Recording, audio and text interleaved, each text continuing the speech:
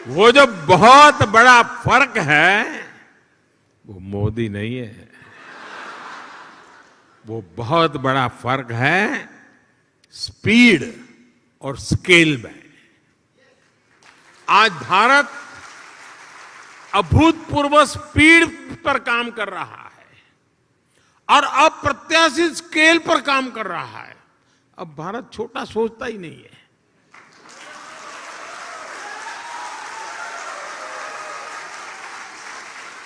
Statue बनाएगा तो दुनिया में सबसे बड़ा, स्टेडियम बनाएगा तो दुनिया में सबसे बड़ा।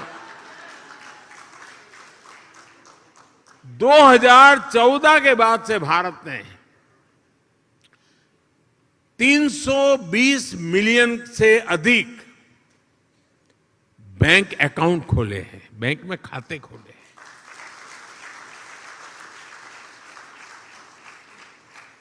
इसका मतलब ये हुआ कि अमेरिका की कुल जनसंख्या जितनी है उतने हमने बैंक खाते खोले हैं।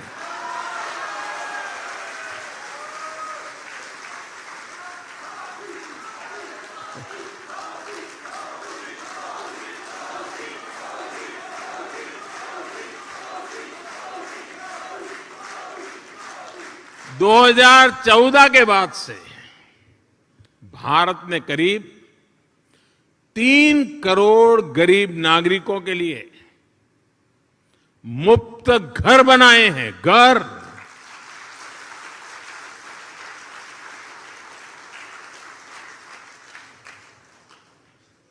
और घर ऐसे नहीं बनता है, जब घर मिल जाता है ना तो इंसान रातों रात लखपति बन जाता है।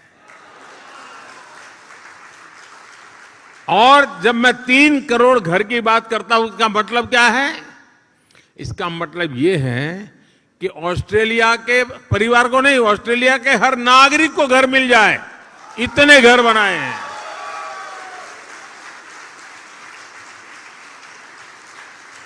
पिछले 7-8 साल में भारत ने 55,000 किलोमीटर 55,000 किलोमीटर नेशनल हाईवे बनाए हैं। यानी स्केल बता रहा हूं मैं, पूरी धरती के लगभग 1.5 चक्कर लगाने के बराबर है।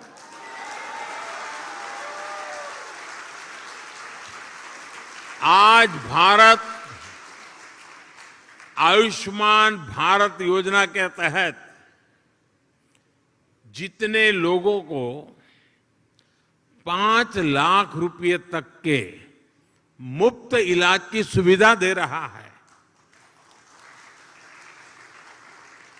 5 लाख रुपए तक अगर उसका मेडिकल बिल 1 साल का बनता है तो जिम्मा सरकार उठाती है। इसका बेनिफिट कितने लोगों को मिलता है? 5 लाख रुपए तक की मेडिकल सुविधा जो मिलती है वो पूरे यूरोपियन यूनियन की कुल आबादी से ज्यादा लोगों को मिलती है।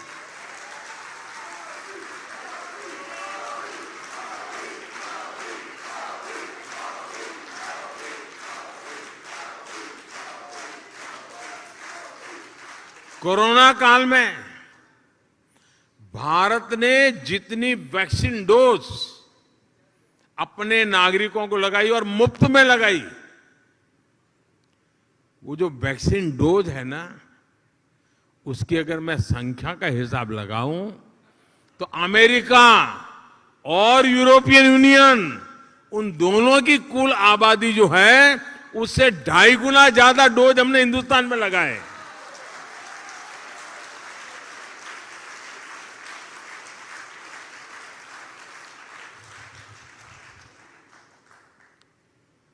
ये जब सुनते हैं तो आपका सीना चौड़ा होता है कि नहीं होता है? आपको गर्व होता है कि नहीं होता है?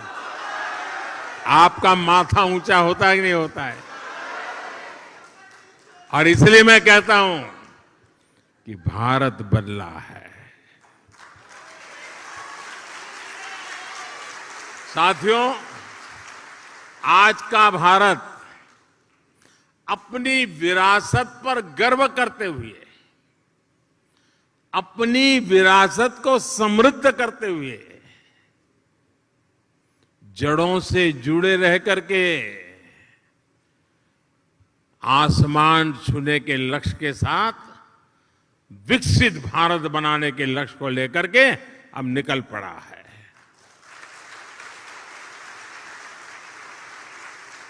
लेकिन भारत का ये लक्ष्य सिर्फ अपने लिए नहीं है, हम स्वार्थी लोग नहीं, हमारे संस्कार नहीं है। 21वीं सदी में आज विश्व की भारत से अपेक्षाएं हैं, जो आशाएं हैं, भारत उसे अपनी एक जिम्मेवारी समझता है, एक दायित्व के रूप में देखता है, और हम दुनिया की भलाई के लिए अपने आप को आगे बढ़ाने के लिए मक्कम है, संकल्पबद्ध है।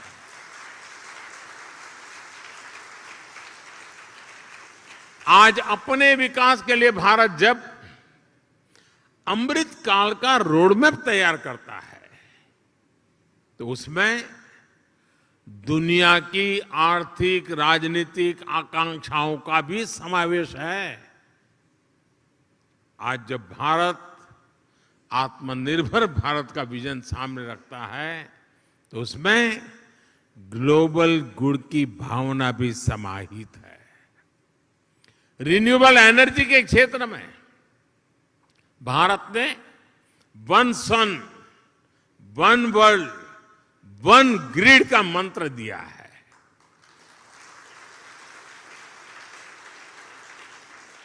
वैश्विक स्वास्थ्य को मजबूत करने के लिए भारत ने वन अर्थ, वन हेल्थ इसका अभियान चलाया है। क्लाइमेट चेंज जैसी चुनौती से निपटने के लिए, और जो आइलैंड कंट्रीज होते हैं उनके लिए तो भारत एक वरदान के रूप में काम कर रहा है। क्लाइमेट चेंज की जो मुसीबतें हैं उसको निपटने के लिए भारत ने विश्व को मिशन लाइफ का समाधान दिया है। मिशन लाइफ यानी lifestyle for environment. Mission life यानी पृथ्वी के प्रत्येक नागरिक द्वारा ऐसी लाइफस्टाइल को आत्मसात करना जो पर्यावरण के अनुकूल हो, जो क्लाइमेट चेंज की चुनौती से हर पल निपटती हो। आज जब पूरा विश्व एनवायरमेंट फ्रेंडली और होलिस्टिक हेल्थ केयर की तरफ आकर्षित हो रहा है, तो भारत का योग, हमारा आयुर्वेद, ये पूरी मानवता के लिए तोहफा है। और साथियों, जब आयुर्वेद की बात आई है तो मुझे भारत इंडोनेशिया के एक और जुड़ाव का ध्यान आ रहा है। मुझे याद है जब मैं गुजरात का मुख्यमंत्री था तो गुजरात आयुर्वेदिक यूनिवर्सिटी और यहाँ की यूनिवर्सिटीज, हिंदू इंडोनेशिया, इसके बीच समझौता हुआ था। मुझे खुशी है कि इसके कुछ ही वर्ष बाद यहाँ की इस यूनिवर्सिटी में आयुर्वेद हॉस्पिटल की भी स्थापना हुई। साथियों, वसुधैव कुटुंबकम यानी पूरे विश्व को एक परिवार मानने की भारत की यही भावना, यही संस्कार विश्व कल्याण का मार्ग प्रशस्त करते हैं। कोरोना काल में हमने देखा है भारत ने दवाइयों से लेकर वैक्सीन तक जरूरी संसाधनों के लिए आत्मनिर्भरता हासिल की और उसका लाभ पूरी दुनिया को मिला। भारत की सामर्थ्य ने कितने ही देशों के लिए एक सुरक्षा कवच का काम किया। इंडोनेशिया जैसे हमारे पड़ोसी और मित्र देशों के लिए हम विशेष रूप से कंधे से कंधा मिलाकर खड़े हुए। इसी तरह आज भारत अंतरिक्ष में, स्पेस के क्षेत्र में प्रमुख वैश्विक महाशक्ति के रूप में उभर रहा है, तो उसका लाभ साउथ एशियन देशों को विशेष रूप से मिल रहा है। रक्षा के क्षेत्र में भी जो भारत दशकों तक केवल विदेशी आयात पर निर्भर था, वो आज अपनी क्षमताएं बढ़ा रहा है।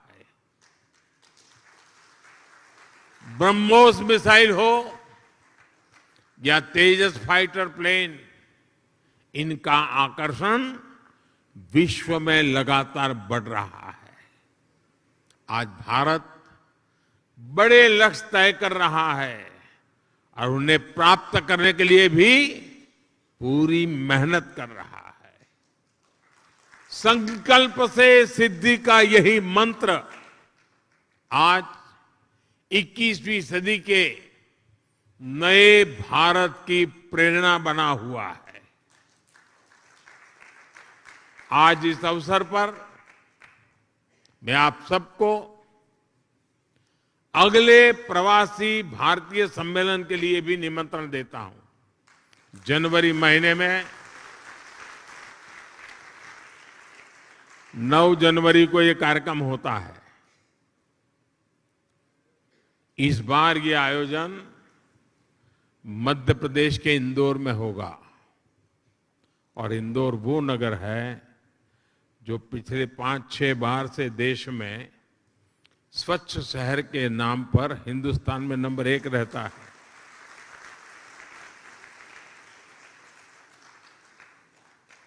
और इसलिए आप इंदौर के प्रवासी भारतीय कार्यक्रम में जरूर जुड़िए।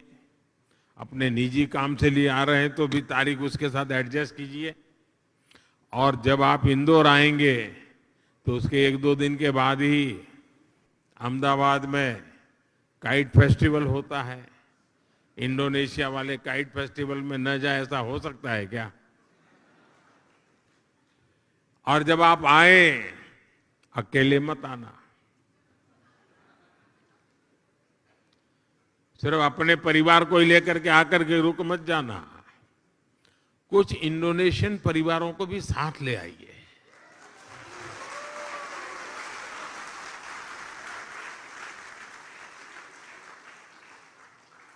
मुझे विश्वास है भारत और इंडोनेशिया के संबंधों को मजबूत करने में आपका सहयोग और सक्रिय योगदान निरंतर बना रहेगा। आप सब पूरी मेहनत से आपकी इस कर्मभूमि के कल्याण के लिए, आपकी इस कर्मभूमि में जितना ज्यादा योगदान दे सके देते ही रहेंगे। ये भारत के संस्कार है और देने भी चाहिए, ये हमारा दायित्व बनता है। और मैं देख रहा हूं हमारे बोहरा समाज के बहुत साथी यहां आए हैं और ये मेरा सौभाग्य रहा है कि सैयदना साहब के साथ मेरा बड़ा निकट संबंध रहा है।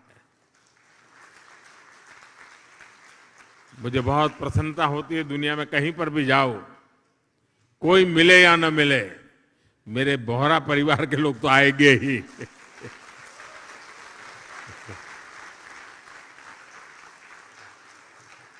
साथियों, आप इतनी बड़ी तादाद में यहां आए, समय निकाल करके आए और उमंग और उत्साह से भरे हुए हैं। और मैं देख रहा हूं कि उड़ीसा में बाली यात्रा में जितना उमंग है उतना ही उमंग यहां नजर आ रहा है मुझे।